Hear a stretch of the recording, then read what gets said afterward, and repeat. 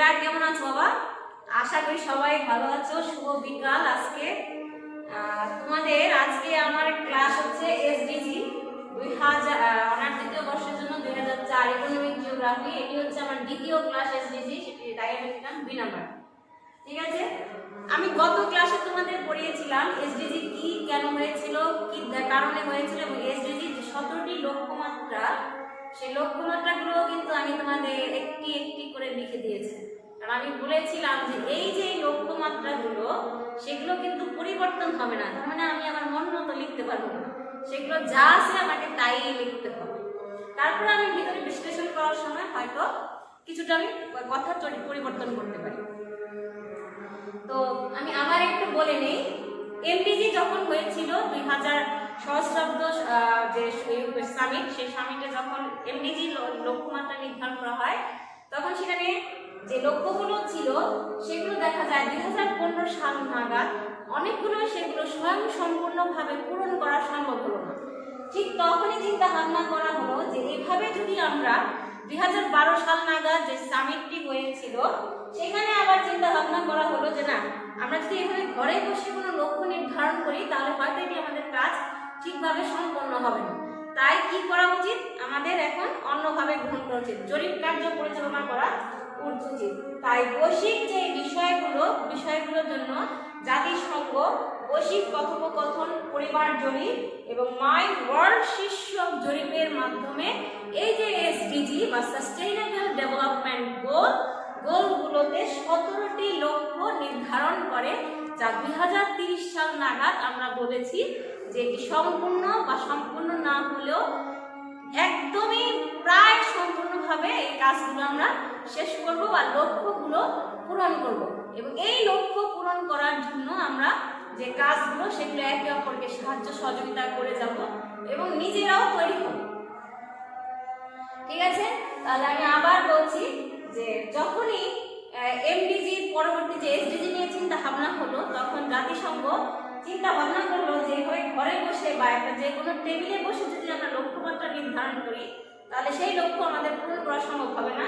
কারণ পৃথিবীর এক এক দেশের সামাজিক বিষয়গুলো এক এক রকম, এক এক দেশের শিক্ষার হার এক এক রকম, এক এক দেশে অন্যান্য যে বিষয়, যে প্রাকৃতিক বিষয়, সে মোট কথা প্রাকৃতিক বা সামাজিক যে পরিবেশগুলো সেগুলো এক এক রকম। তখনই এই যে আমি 3টি জরিপের কথা বললাম, বৈশ্বিক কথোপকথন, পরিবার জরিপ এবং মাই ওয়ার্ল্ড শীর্ষক জরিপের আয়োজন করে এবং এই সব জরিপের মাধ্যমে তখন তারা একটি আলোচনা বা জাতিসংঘের কথোপকথনের মাধ্যমে মিলিত হয় এবং তারা লক্ষ্য করে পৃথিবীর কোন দেশে কি দরকার, কোন দেশে কোনটির চাহিদা সবচেয়ে বেশি এবং যেটির চাহিদা বেশি তাহলে অবশ্যই আমাকে সেটি অন্তর্ভুক্ত করতে হবে। এই ধারণা নিয়েই তারা 17টি লক্ষ্যমাত্রা আর 169টি সুনির্দিষ্ট লক্ষ্য অন্তর্ভুক্ত করে এই এসডিজি পরিকল্পনা গ্রহণ করেন। 169 কিন্তু কম দেশ না, কমগুলা না, অনেকগুলা, কিন্তু 17টি হচ্ছে মূল লক্ষ্যমাত্রা নির্ধারণ করা হয়। 2015 সালের আগস্ট মাসে 193টি দেশ কয়টি 17টি লক্ষ্যমাত্রা নির্ধারণ করে এবং তারা সবাই এই বিষয়ে একে অপরকে সাহায্য সহযোগিতা করবে বলে আশা প্রদান করে এবং সাহায্য সহযোগিতার ব্যাপারে কাজগুলো সুনিপুণভাবে সম্পন্ন করে। যাই হোক, গত ক্লাসে যে বিষয়টি আমি বলেছিলাম 17টি লক্ষ্যমাত্রা, সেই লক্ষ্যমাত্রার এখন কিছু আমি একটু বর্ণনা দিই, একটু কান দিয়ে শুনে। ঠিক আছে, আচ্ছা, প্রথমেই যে আমাদের লক্ষ্য ছিল সেটি ছিল 1, সর্বত্র সব ধরনের দারিদ্র্যের অবসান।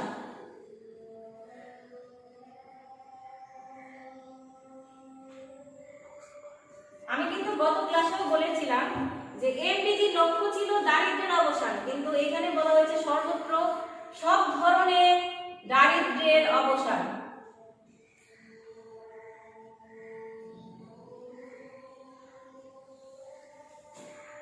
মানব সভ্যতার এই দারিদ্র্যের যে অবসান বা দারিদ্রটা সেটি সবচেয়ে বড় চ্যালেঞ্জ। বিশ্বব্যাপী সকল স্তরের দারিদ্র দূরীকরণ 2000 সাল থেকে 2015 সাল নাগাদ দারিদ্র্যের নিচে বসবাসকারী মানুষের সংখ্যা দেখা গেছে হ্রাস পেয়েছে, যেটি এমডিজিতে আমরা লক্ষ্য নির্ধারণ করেছিলাম। তার থেকে দেখা যায় কিছুটা হলেও দারিদ্র্যের পরিমাণ হ্রাস হয়েছে, কিন্তু দারিদ্র্যের পরিমাণ দারিদ্র্যের অবসান। এই ধারাবাহিকতায় তখনই নির্ধারণ করা হয় এই দারিদ্র কি শুধুমাত্র টাকা দিয়ে নির্ধারণ করা হবে নাকি আরো অনেক কিছু। আমি এমনিতে বলেছিলাম দারিদ্র কিন্তু পুষ্টিমাত্রা দিয়েও নির্ধারণ করা হয়, এবং মানুষের যে খাদ্য যে মানুষ খেতে পারছে কিনা, পরিকল্পিতভাবে সে স্যানিটেশন ব্যবস্থা পাচ্ছে কিনা, পানির সুবিধা পাচ্ছে কিনা, এই বিষয়টি এই দারিদ্রের সাথে সম্পর্কিত।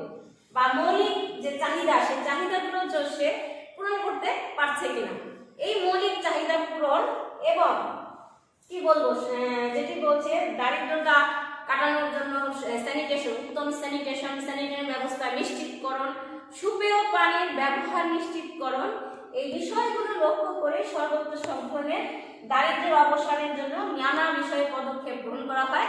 এবং এই পদক্ষেপের মধ্যে একটি অন্যতম পদক্ষেপ হচ্ছে যে কর্মসংস্থানের সুযোগ সৃষ্টি করা, শোভন এবং নারী পুরুষের জন্য শোভনীয় কাজের ব্যবস্থা দ্বারা তাদের মধ্যে পুষ্টির চাহিদা পূরণ করা। ঠিক আছে, এবং এই ধরনের জন্য আমরা এখন কাজ করে যাচ্ছি। আর এই যে বলছে দারিদ্র অবসান, দারিদ্রটা মূলত উপসাহারীয় আফ্রিকা অঞ্চলে সর্বাধিক বেশি, যেখানে কিনা এখনো বলা হয় যে যুদ্ধ সংঘাত বেশি আছে। এছাড়া জলবায়ু পরিবর্তনের জন্য কিন্তু দারিদ্রতা আমাদের লেগেই থাকে। আমার দেশে কিন্তু এটা একটা জ্বলন্ত উদাহরণ। এই যে নদী ভাঙ্গনে কিন্তু মানুষ ধীরে ধীরে নিঃস্ব হয়ে যাচ্ছে। নিঃস্ব হওয়ার ফলে কি হচ্ছে আবার, তারা এখন দরিদ্রতার নিচে বসবাস করছে। কিন্তু এই বিষয়গুলোকে আমরা জরুরি বলে আমরা চিহ্নিত করেছি এবং আমরা ধারণা করছি যে দারিদ্র অবসান করতে হলে আমার ওই বিষয়গুলোর উপরেই গুরুত্ব আরোপ দিতে হবে, এবং এখন কিন্তু এই বিষয়গুলোতেই গুরুত্ব আরোপ দেওয়া হচ্ছে। তারপরে যেটি হচ্ছে সেটি বলেছিল ক্ষুধার অবসান বা খাদ্য নিরাপত্তা।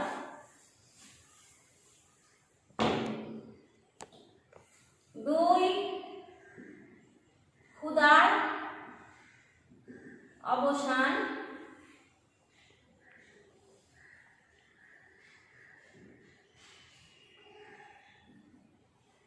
খাদ্য নিরাপত্তা ও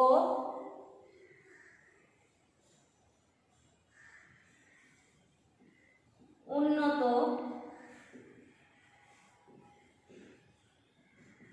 পুষ্টিমানের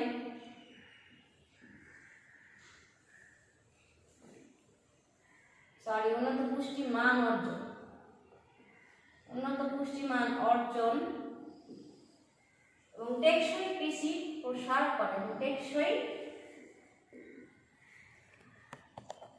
কৃষির প্রসার করা। দারিদ্র, মানুষ কখন দরিদ্র হয়? যখন মানুষের পেটে ক্ষুধা থাকে। তাই দ্বিতীয়টাই না হয়েছে ক্ষুধার অবসান করতে হবে। তার মানে আমাদের ধারণা করতে হবে যে পৃথিবীতে কোথায় কোথায় ক্ষুধা আছে, ক্ষুধার বেশি মানে এই যে খাদ্যের অভাব, সেই অভাবটা কোথায় বেশি, কেন বেশি, সেটা কারণগুলো নিরূপণ করে এখানে আমাদের খাদ্যের সহযোগিতা। এবং তার থেকে বড় কথা যে বিষয়টি এখানে আনা হয়েছে টেকসই কৃষির প্রসারণ করতে হবে। ঠিক আছে, শুধু শিল্পের দিকে দিলে হবে না, কৃষিটাকেও আমাকে প্রসারণ করতে হবে। ঠিক আছে, তাই বলছে যে দ্রুত অর্থনৈতিক বৃদ্ধি, কৃষির উৎপাদনশীলতা বৃদ্ধির কারণে গত 2 দশকে বেকার মানুষের সংখ্যা কমে যাওয়ার ফলে ক্ষুধার কিছুটা অবসান হলেও পরিপূর্ণভাবে ক্ষুধার অবসান হয়নি। দেখা গেছে পৃথিবীতে অনেক বেশি এখনো মানুষ একবেলা না খেয়ে থাকে, আবার অনেকে খায়। এভাবে এই যে ক্ষুধার অবসান পূরণ, এই জন্য বলছে খাদ্য নিরাপত্তা রাখতে হবে। যে কোনো প্রাকৃতিক দুর্যোগে যদি খাদ্য বা যে কোনোভাবে যদি ফসল নষ্ট হয়ে যায়, যেন ওই নিরাপত্তা জনিত যে খাদ্য ভাণ্ডার সেখান থেকে যেন খাদ্যটাকে আমরা সরবরাহ করতে পারি।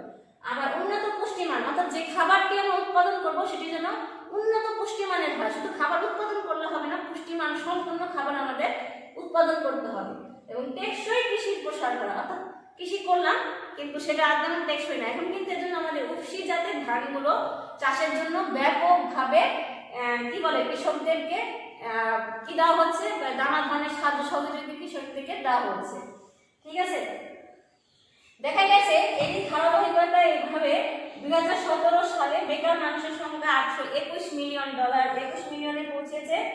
8 জন প্রাপ্ত বয়স্ক মেয়েদের 1 জন মাত্র স্থূলকায় পাওয়া গেছে। স্থূলকায় মানে মানুষের খাওয়া দাওয়া করলে স্থূলকায় হয় না, মানুষের শরীরে যখন পুষ্টির অভাব হয় তখন কিন্তু সেই স্থূলকায় হয়ে যায়। 2017 সাল পর্যন্ত পৃথিবীর 63% ক্ষুধার্ত মানুষ এখনো এশিয়ায় বসবাস করে, অর্থাৎ এখানে যেমন মানুষও বেশি, এখানে ক্ষুধার্ত মানুষের সংখ্যাও বেশি। তো এই যে বিষয়গুলো সেগুলো এখানে আমরা আরো বেশি চিহ্নিত করে সেগুলো কর্মকাণ্ডের আয়োজন করেছি এবং বর্তমানে কিন্তু এশিয়ায় খাবারের প্রতি গুরুত্ব আরোপ দেওয়া হয়েছে, কৃষির প্রতি গুরুত্ব আরোপ দেওয়া হয়েছে, কর্মসংস্থান বৃদ্ধির উপর গুরুত্ব আরোপ দেওয়া হয়েছে এবং পৃথিবীর সবকটি দেশই এখন কিন্তু খাদ্য নিরাপত্তার জন্য বা ভবিষ্যৎ খাদ্য নিরাপত্তা নিয়ে খুব বেশি কাজে অগ্রসর হয়ে যাচ্ছে। এরপরে যেটি 3 নাম্বার, সেটি হচ্ছে সকল বয়সী মানুষের জন্য সুস্বাস্থ্য ও কল্যাণ নিশ্চিতকরণ।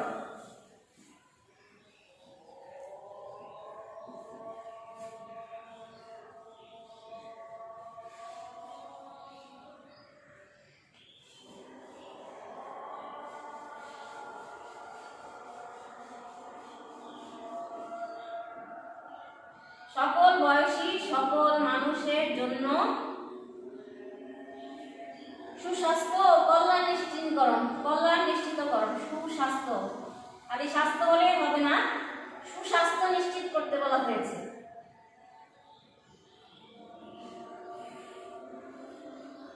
এবং কল্যাণ নিশ্চিতকরণ, অর্থাৎ অকল্যাণ না, কল্যাণ ভালো করতে হবে সেটা নিশ্চিত করতে বলা হয়েছে। আমরা বিভিন্নভাবে বিভিন্ন রোগের বিরুদ্ধে আমরা অগ্রগতি আমরা জানি, আমরা বিভিন্ন রোগের টিকা আবিষ্কার করতে পেরেছি, যদিও এখনো আমরা কোভিড-19 টিকা আবিষ্কার করতে পারি, কিন্তু হয়তো যেগুলো আমাদের কাজ চলছে সেগুলো হয়তো আমাদের নিকটবর্তীতে খুব আশার একটা বাণী আমাদের শোনাবে, আমরা আশা করছি।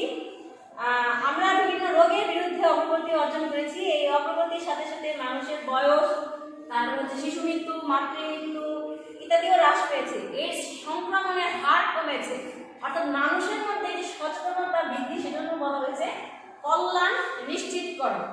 আর সমবয়সী সকল মানুষের জন্য সুস্বাস্থ্য এই কারণেই করা হয়েছে যে আমরা যদি সকল বয়সীদের যদি চিহ্নিত না করি তাহলে দেখা যাবে যে শিশু মৃত্যু অথবা বয়স্ক মৃত্যুর হার বেড়ে গেছে, অথবা মধ্যবর্তী পর্যায়ে মানুষের সংখ্যার মধ্যে মৃত্যুর হার বেড়ে গেছে। তাই সকল বয়সী সকল মানুষের জন্য কেউ যেন এই সুস্বাস্থ্যের নিশ্চিতকরণ না থেকে না যায়, এই বিষয়ে আমাদের সবাইকে ঠিকঠাক রাখতে হবে। এবং বলেছে যারা এখান থেকে পিছিয়ে আছে তাদেরকে আমরা সাহায্য করব এবং আশা করা যায় যে ভবিষ্যতে এই সকল মানুষের জন্য সুস্বাস্থ্য নিশ্চিতকরণের ব্যবস্থা এই এসডিজির মাধ্যমে সম্পন্ন হবে। আমাদের যে সূর্যের হাসি ক্লিনিক, তারপর মায়ের হাসি ক্লিনিক, শিশু স্বাস্থ্য চিকিৎসা, এই বিষয়গুলো মূলত এই বিষয়ের সাথে অন্তর্ভুক্ত হয়েছে এবং এই প্রজেক্ট বা প্রকল্প বাস্তবায়নের জন্য কর্মকাণ্ড চলছে। তারপরে বলছে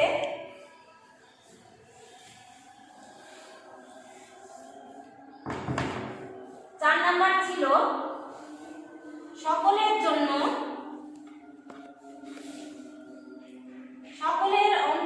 অন্তর্ভুক্তিমূলক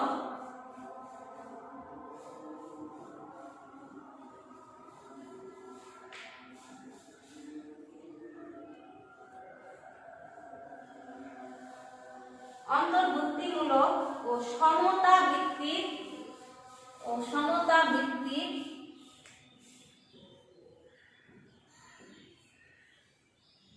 গুণগত শিক্ষা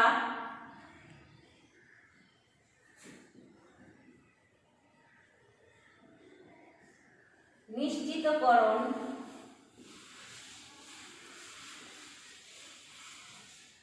ও জীবনব্যাপী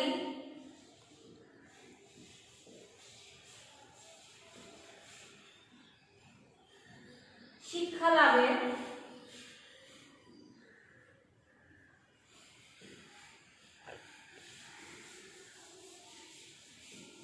সুযোগ সৃষ্টি।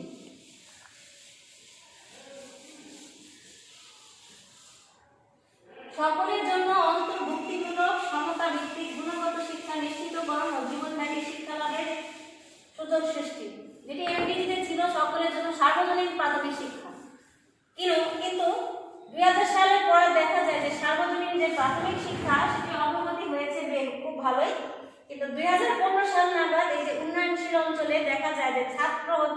96% পৌঁছে গেছে আমাদের প্রাথমিক শিক্ষায়। কিন্তু অন্যান্য শিক্ষার ক্ষেত্রে দেখা গিয়েছে প্রাথমিক শিক্ষার পরবর্তীতে যে আমাদের একেবারেই ছাত্র সংখ্যা কমে যাচ্ছে ধীরে ধীরে।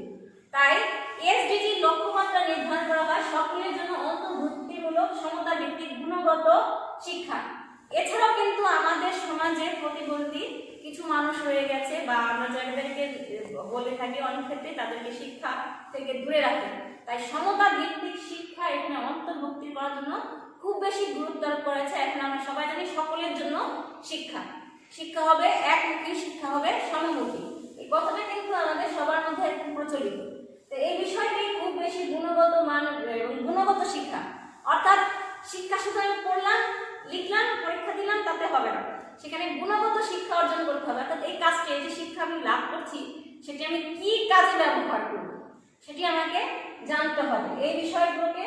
এবং এজন্য কিন্তু আমাদের যে শিক্ষা ব্যবস্থায় আমাদের কিন্তু টেকনিক্যাল দিকগুলো এখন খুব বেশি অন্তর্ভুক্ত করছে ধীরে ধীরে।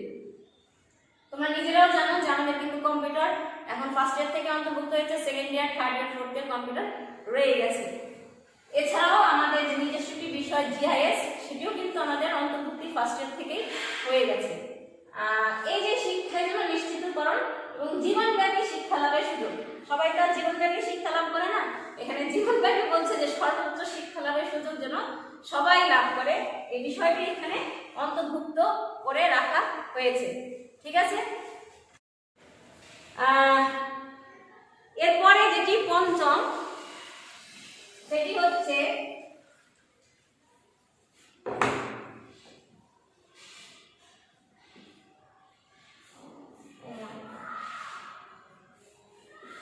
লিঙ্গ সমতা অর্জন এবং সকল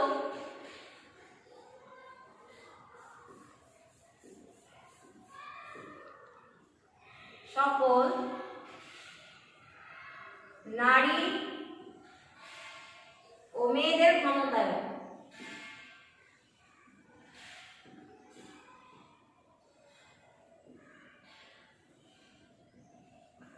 বাবা এখানে ক্ষমতায়ন বলতে সব ক্ষমতা কেড়ে নেওয়াকে বোঝায় না, এবং এটা সম্ভব না।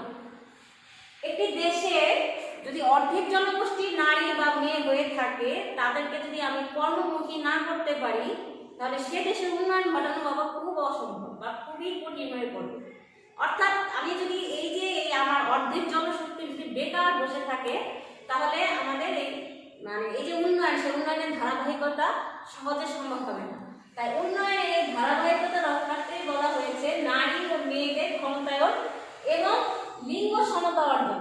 এখানে লিঙ্গ সমতা অর্জন বলতে বুঝিয়েছে যাতে মেয়েরা বা ছেলেরা কেউই যেন তাদের অধিকার খর্ব না হয়, সবাই যেন সব দিক থেকেই গুণগত শিক্ষায় বলো আর যে কোনো অধিকারই যেন সে প্রাপ্য হয়।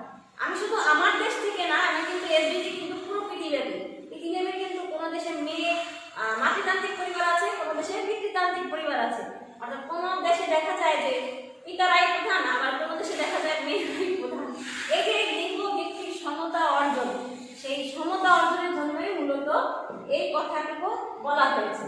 তো এই পরিপ্রেক্ষিতে মেয়েদের পড়াশোনার উপর গুরুত্ব আরোপ করা হয়েছে। শুধু যে মেয়েদের তা না, ছেলেদের উপর গুরুত্ব আরোপ করা হয়েছে। এখন কিন্তু আমাদের দেশে ছেলে মেয়ে উভয়ই কিন্তু উপবৃত্তি প্রাপ্ত হচ্ছে, এবং এটি কিন্তু একদম তোমার উচ্চ শিক্ষা পর্যন্ত তোমরা উপবৃত্তিটি পেয়ে থাকো। এই যে উপবৃত্তি পাওয়া যায়, সেই উপবৃত্তি পাওয়া গেলে অনেক কর্মকাণ্ড হয়।